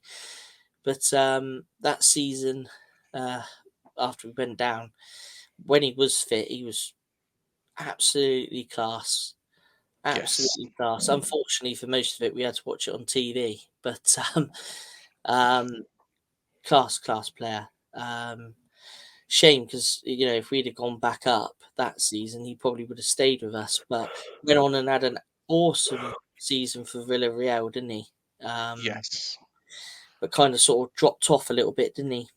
And like you say, he's not doing much at Spurs at the minute. Hopefully, he doesn't do anything this Saturday. Hopefully, he just stays on the bench and keeps that warm. Yeah. Hey, You just know replay it's tonight. written in the stars, isn't it? So, but Yeah. yeah, great player. Yeah, he did play last week. I watched the replay. Whether he came on as a sub, I don't know. But what a terrible game. Or decisions. I hope we don't have all that stuff. Oh Oh, yes, God, yeah, yeah. it was awful. Maybe we'll get a penalty. First one of the year. I know. This is what's quite annoying, really, is because we just haven't had, we just haven't had any luck on that front at all. No rubber the green on that one. Actually, No. here's a question. Manny, has Yeah. any team gone the whole Premier League season without having a penalty? Oh, I'm going to have to really look that up and tell you because this isn't really a team that could, spring to mind. I'll really have to look that up and tell you. I couldn't tell you immediately. Let me see if Google can help me. But in the meantime, Well, let's look at this man. And Laurence, somebody that you mentioned, Smudge, Adam Smith. man of the match every week. He Yeah. loves it. Lawrence He's loves Yeah, Smith. he's really. When people moan and every other team that was in relegation would love to have him in their side. Yeah, yeah, he is on his day. He's a great right back, and He puts a lot of crosses in there. There you go. Kiefer Moore will head him in on Saturday. That's what we've got to put Kiefer in. Everyone's going to pile him into the middle, and he's going to score. yeah. yeah. But yeah, Smudge, a good player, and somebody who has been dedicated to this football club for so long. Yeah, Of course, I don't think he had many games for Spurs, did he? no, there is actually a page on the Tottenham website which also features Smith and another current player there. I won't tell you who it is. He actually made his first team debut off the bench in May 2012, and that was against Fulham in the Premier League. And then during his time at Spurs, he was sent out on loan a lot, including to Bournemouth, and then eventually decided, you know what, Bournemouth is where I belong. And yeah, he was just another of those academy graduates at Tottenham who never really was able to, really go further with that. But obviously with Bournemouth, he has been a terrific servant to the club, and one of those players who, I mean, his commitment certainly can't be questioned in any way. Yeah, and he's really definitely. tough. He gets hammered at a lot of them games. They really lay into him. Not so much in the last couple of games, but before he was getting fouled all the time. Mm. But still got up and played. Pretty He's tough. tough, isn't he? He's Yeah. tough. He's built of tough stuff, and I think I think he's done that throughout his time here. He was pivotal in us getting into the Premier League. And pivotal in us staying there for so long and getting us back. So yeah, a very very good player. Um, there's another one, Steve Robinson. Go on, Matt. Far away. Yeah, Robbo, Irish international as well. We've spoken about Robbo recently. Hmm. But yeah, another connection to Spurs. Come from a similar youth team to Neil Young. That's why I'm surprised I could find a photo of Robbo in a Spurs kit, but I couldn't find one of Younger. But yeah, great midfielder. Yeah. And of course, Charlie Daniels, of course, started his career at Spurs, and of course, he has been on this show. He certainly has. Oh yes. What a great interview it was too. It was a pleasure to interview Charlie. One of my favourite players that's ever played for this football club, Yeah, by far. Not just because he did the interview, but the way he conducted himself. That goal against Man City, I think that's going to live with him forever. That goal. Oh Yeah. yeah. You don't hit one like that and it not live with you. But yeah, what a great player. And obviously coming up from League One, started at a big club, had to work his way back through up to the top division. It's all part of the fairy tale, wasn't it? Yeah, definitely. Let down a bit by the football club, unfortunately. Check the interview out for that one. Yeah, do check out the interview, but in my honest opinion, let down a little bit by the football club, which is sad because of what he brought to us. But you watch that, and wow, one man who was incredibly well known at Tottenham Hotspur, Darren Anderton, of course, played for England, finished his career at Bournemouth. Unfortunately, had so many issues with injuries because he was that talented a player, wasn't he? Yeah. Yeah, they didn't call him sick note for nothing, but whenever he would play, he would always be one of the first names on the team sheet.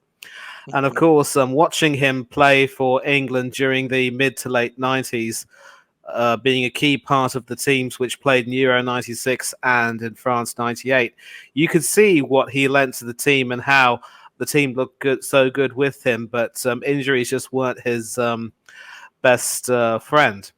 And he's certainly one of those players who can be looked at as a what might have been, because of what he was able to accomplish when he was fit and just how often he was injured. But you mentioned that he retired at Bournemouth. I think what a lot of people also will remember was, in typical Roy of the Rovers fashion, I believe he came on as a sub in that game and went on to score the winner. Yeah. And if memory serves me right, that was his 599th professional game. Had he played one more game, it would have been 600. So it would have been nice to have retired with that nice round figure. But I think as long as he has that sort of a fairy tale ending, you really can't ask for more. And of course, that goal against Colombia when we needed to win to qualify, definitely one of my favourite memories of him. Of course, as an Arsenal fan, you wouldn't catch me waxing lyrical about the next Tottenham player, but I do appreciate quality players, even from our rivals. And there we are, another one, Paul Miller. No idea. Before you ask me, Craig, this is just me researching. That was about he played for Bournemouth about a season. I just started going. I was about 5 years old when he was playing for Bournemouth, so I don't really have much recollection of him playing for Bournemouth. All I know is that he was a centre back. And had a very, very good footballing career and ended his playing days at Bournemouth. He only played for Bournemouth for one season. And yeah, other than that, I'm clueless on this one. But do you remember much, Laurence? I remember him. Yeah, only one season. That surprises me, but yeah, remember him. Yeah. Was he a good player when he played for Bournemouth, do you feel, or was it just coming to the end? I to be honest with you, I can't really relate to it too much. I'm sure he was a good player if he's played for Bournemouth. we are going back 33 years there. So yes, yeah. Well, I guess one season, 33 years ago is, it's probably hard to remember. But Richard Cook. Well, we are going back quite a way now, aren't we? Yeah, Richard Cook. My dad has good memories of this guy. Was playing for us around the time I was born, so I definitely don't know a lot. But yeah, he was a connection. Started out at Tottenham. Also represented the Saints, I believe. From what I get off my old man, he was a good player, but never had the privilege, unfortunately. Well, let's have a look at the next one. Well, we know who he is. He the son of Harry. The son of Harry. Again, don't remember him in a Bournemouth shirt really at all. But Yeah, he came up through the ranks. He was like apprentice, right? Came up through. yeah, he used to clean Luther's boots, I believe. Yeah, but I do remember him from his Liverpool days a bit later on, and his Spurs days and that. But another player that's quality, probably should have had more England caps if it weren't for certain players ahead of him and injuries.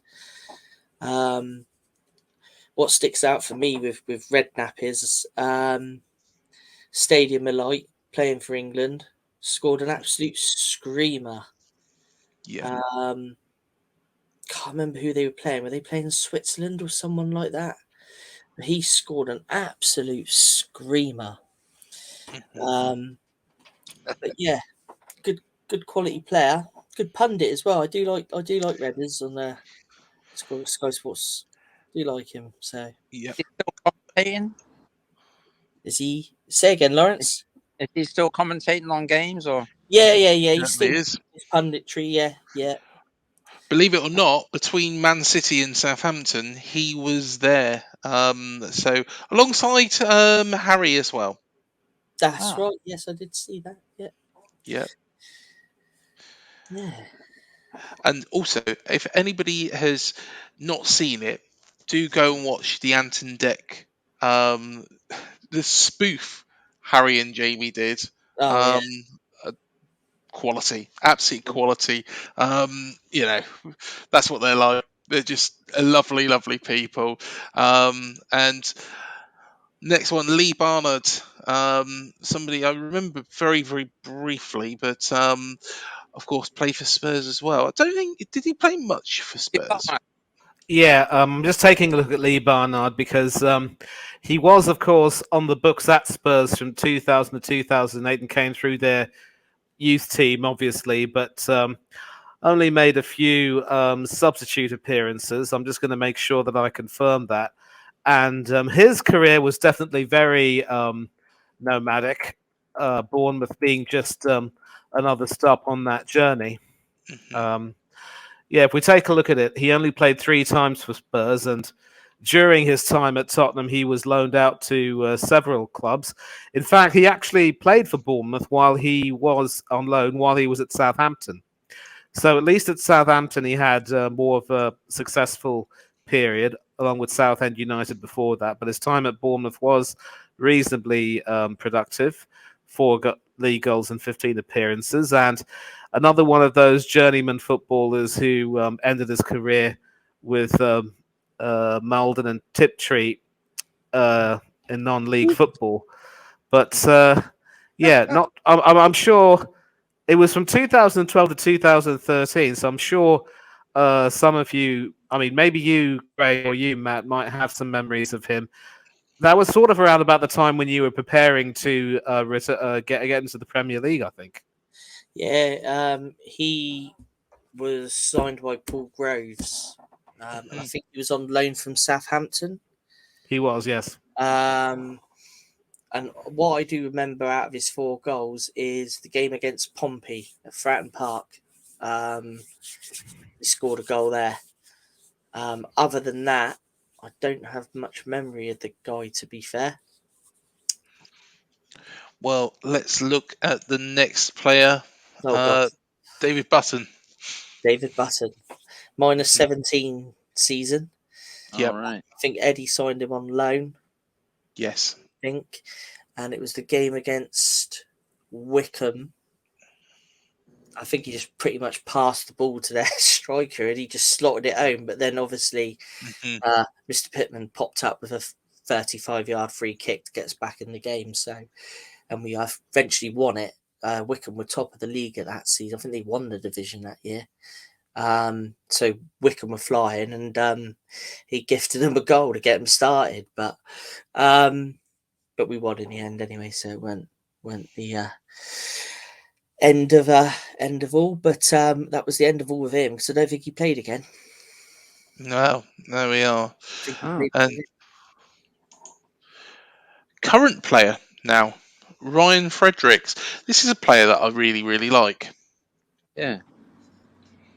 I think we saw him on the Played for Both a couple of weeks ago. Yes, we did. I Yes, think we're going to see him on the Played for Both in a couple of weeks' time. yes, we will do. You know, been to quite a few clubs in London, shall we say? But you know, a very, very good player. You know, I'm chuffed actually with the signing of him. At first, I was a bit like, well, is he the sort of player that we want? What we need? But I think he's proved that he's a valuable piece. Maybe not as a starter, but as a backup, really. Is he still injured or is he okay now? I believe he's still injured, or he's nursing back to health, isn't he? That's the only problem with Fredericks is his fitness, but Yes. great player. Well, hopefully, when Gary does his press conference, we will find out that Fredericks is okay to play. But we shall find out. And some managers as well. Well, is. of course, Scott Parker. Postman Parker. Postman Parker, Parker Bidman, whatever you want to call him, did play for Spurs. Of course, he's not particularly very popular now, but I guess he got us out of the Championship.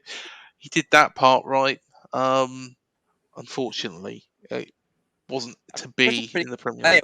For England and whatever. Did he play for England? Yeah, He did. Yeah, he did. Remember him playing for Charlton, Chelsea as well. West Ham and Spurs. West Ham, Spurs. Yeah. I think I might have said this before, but I believe he is the only player to earn an England cap at 4 London clubs. I think you're probably right. But I don't think that is right because Jimmy Greaves played for a lot of England clubs as well. But whether he won an England cap at everyone, I don't know. But hey ho. What do you know? Well, I am going to look that up right now, Matt, because if we take a look at Greaves's England career, it spanned from 1959 to 67. So 61 to 70, he was at Tottenham Hotspur. So you're absolutely right. All of his England caps, 57 of them, in which he scored 44 goals, how prolific that was, were at Tottenham. So Greaves, he obviously had the best years of his career there. At Chelsea, why he wasn't... No, wait a minute, hold on. Yeah, he was also capped for England while he was at Chelsea, but at West Ham United, I don't think he played for England at that time. Yeah, so Scott Parker and an England cap at each London club. There we are. Well, there you go. Now it's Captain. And wow, of course, Harry Redknapp and Kevin Bond, the duo. Let's be fair, Harry did an outstanding job at Bournemouth. He did an outstanding job at Spurs. He does an outstanding job wherever he's gone, apart from Southampton, which I thought that was quite an outstanding job, to be fair, because he took him down. So for me, he did it. Yeah. For me, wherever he's been, how he's done an outstanding job. He has. He has. So yes, we got a lot of love for Harry, and of course Kevin Bond as well. Bondi was unlucky at Bournemouth. Mhm. He was unlucky at Bournemouth. When we had the points reduction that got us relegated to League Two, the run-in we went on up until the last game of the season, which was away at Carlisle. Mhm. If we hadn't had that points deduction, we could have possibly earned a playoff place. So, he got a bit unlucky, Bondi, to be fair, at Bournemouth. Yeah, yeah, he did. He did. And Oh, money. last but not least, Mr. Woodgate. yes. Oh, yeah. So yeah, of course he was in temporary charge. I think he did a decent job. I think he did a decent job. Doing another decent job at Middlesbrough now, isn't he? Because he's Carrick's assistant. Yes. So, Yeah. back at Middlesbrough. I mean, at the end of the day, he was given the challenge and he took it on, and unfortunately, it didn't work out for him here. But I'm sure he's a great coach. Mhm. Liked him as a player, to be fair. I think he had a. If you look at his Real Madrid debut, I think he scored an own goal and got sent off, didn't he? Within like 30 odd minutes or something He ridiculous did. like that. Yeah, it was something stupid, wasn't it? But yeah, of course, played for Real Madrid. Was there around the same time as David Beckham. That's So right. there we are. That is Ooh. our list. And David Beckham. I always like to plug a book. Mhm. Take Note by Darren Anderton. Very good read. All right. Very good read. Mine's personally signed by Darren, as you can see. Yeah, You lucky fella. really good book. So, you Yes, want a good book to read? Take Note by Darren Anderton. there There we you go. are. Hey, I've been born. He showed me He how to should pay you royalties. tie a Windsor knot. He had this tie. And it's a big knot on it. I said, "How do you do that?" And so he took it off and tied it and showed me how to do it.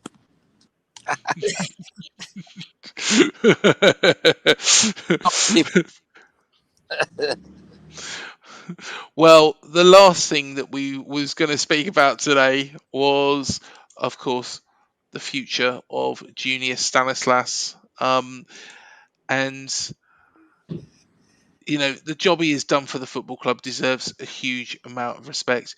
Junior has suffered with a lot of injuries during his time at Dean Court since signing on a free from Burnley in 2014. He's made a total of 179 appearances, scoring 38 times. Imagine 9 years of fully fit Junior Stanislas. What would he have achieved in that time? An exceptional professional footballer and so much ability. He's out of contract, of course, at 33 years old. And Gary O'Neill wouldn't comment on the player's future in the red and black of Bournemouth. He doesn't want to speak about other people's futures. I guess that's a good thing that Gary O'Neill is doing because, of course, we are still battling to stay up. But let's be fair. Of course, O'Neill has expanded on that.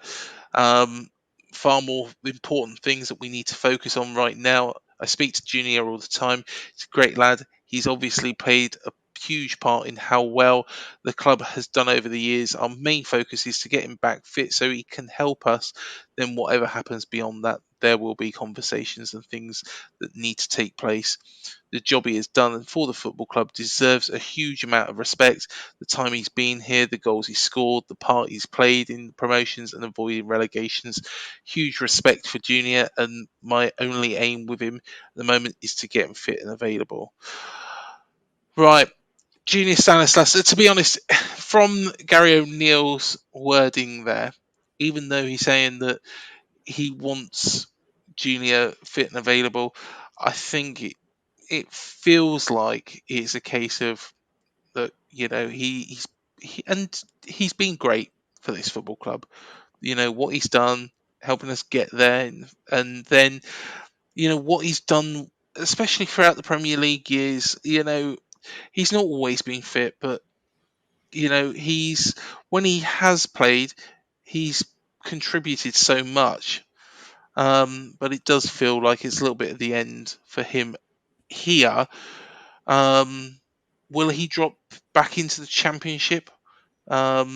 Will he, even with the injuries, I hope this isn't the case. Will he just say that's a day and focus on coaching? It's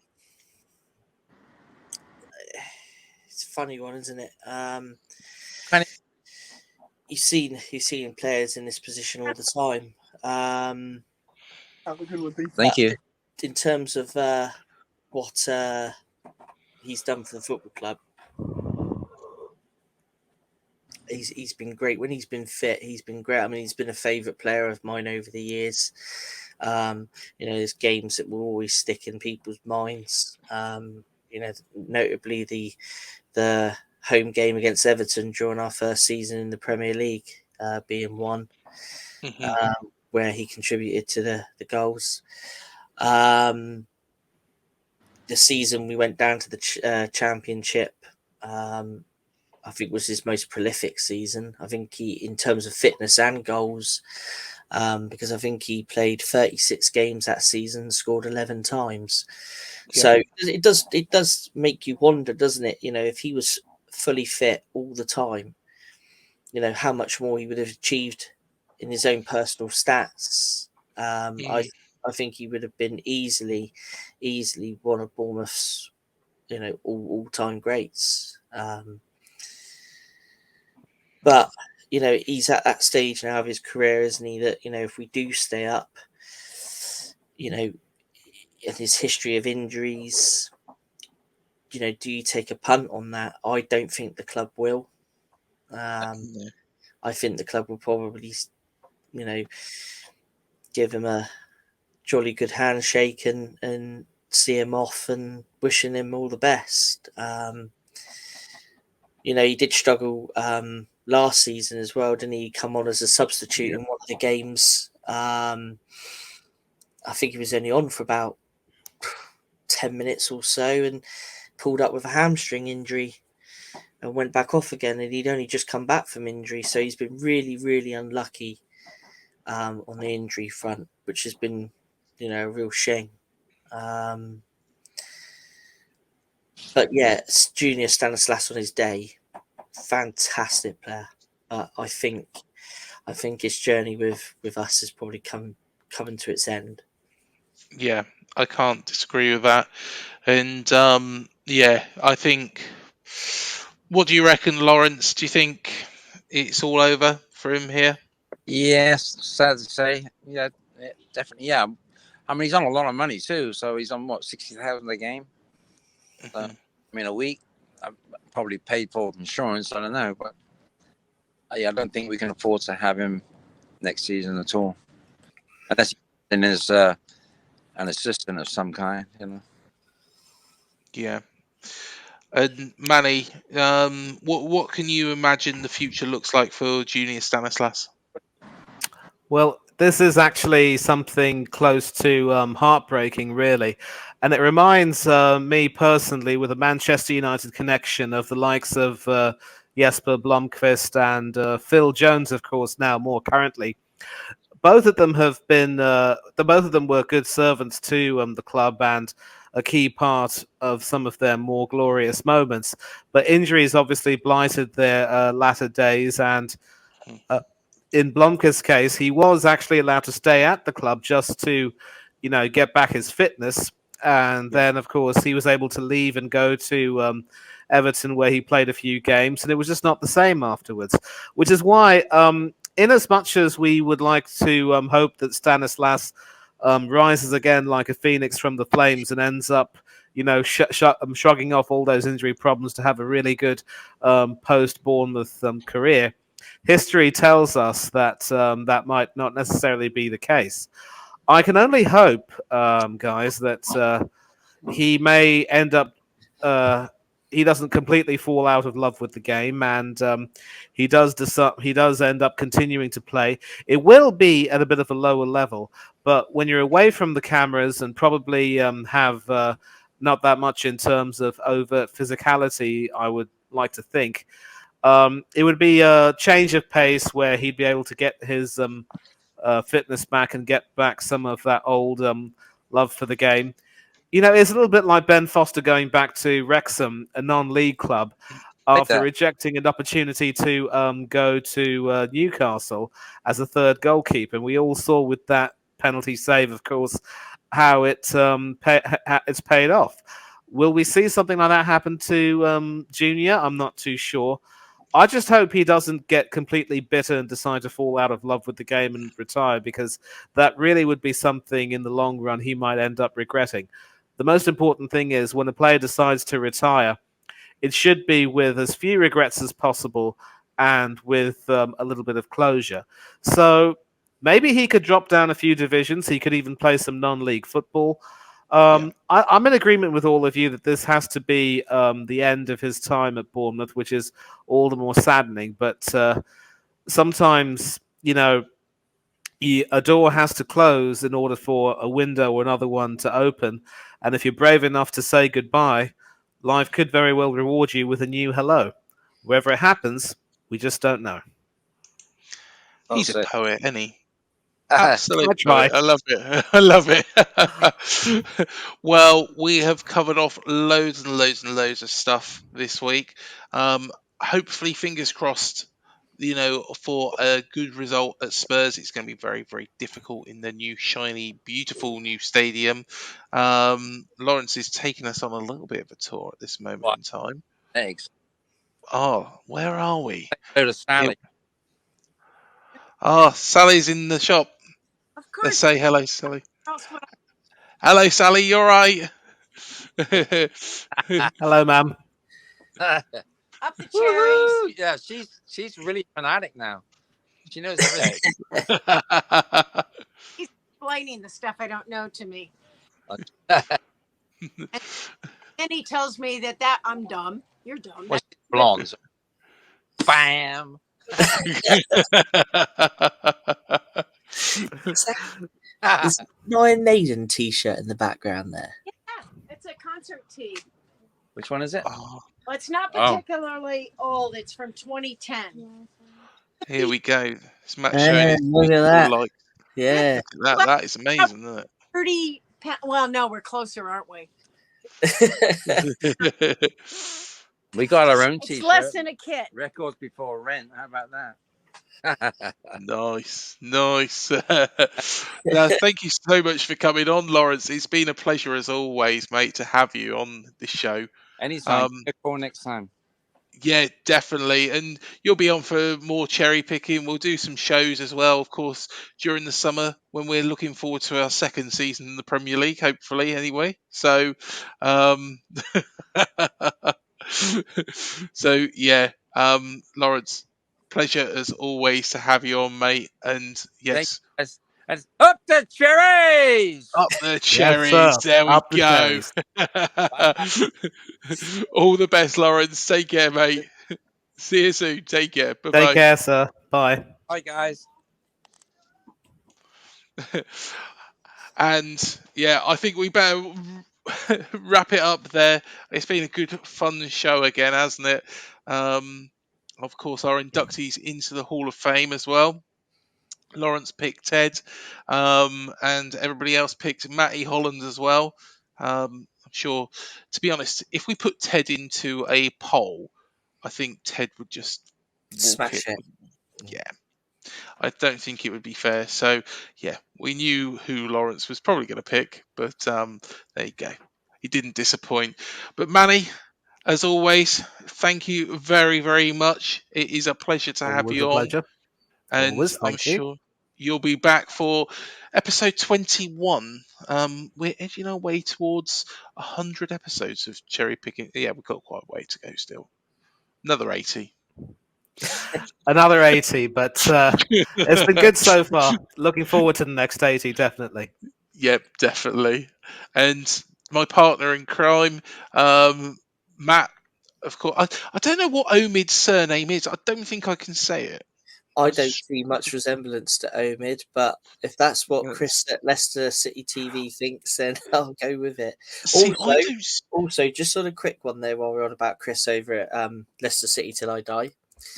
There's one other player that we all forgot that played for Bournemouth and played for Leicester. And I can't believe I forgot.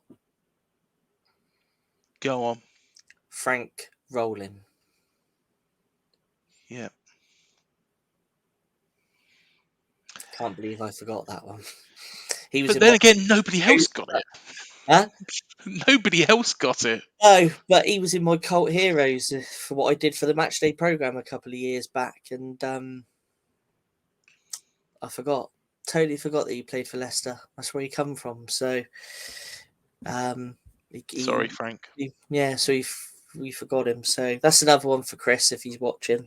So. Yes. Yeah. He will be. He will be. But yeah, thank you again, guys. We will be back very, very soon. We will have hopefully a Spurs preview coming up very, very shortly. Also going to have some special shows as well. We'll have our free for all this weekend as well, off the back of this game against Spurs. And we shall see you in the next video. But until then, up the cherries, and let's hope for 3 points up at Spurs. Oh yeah.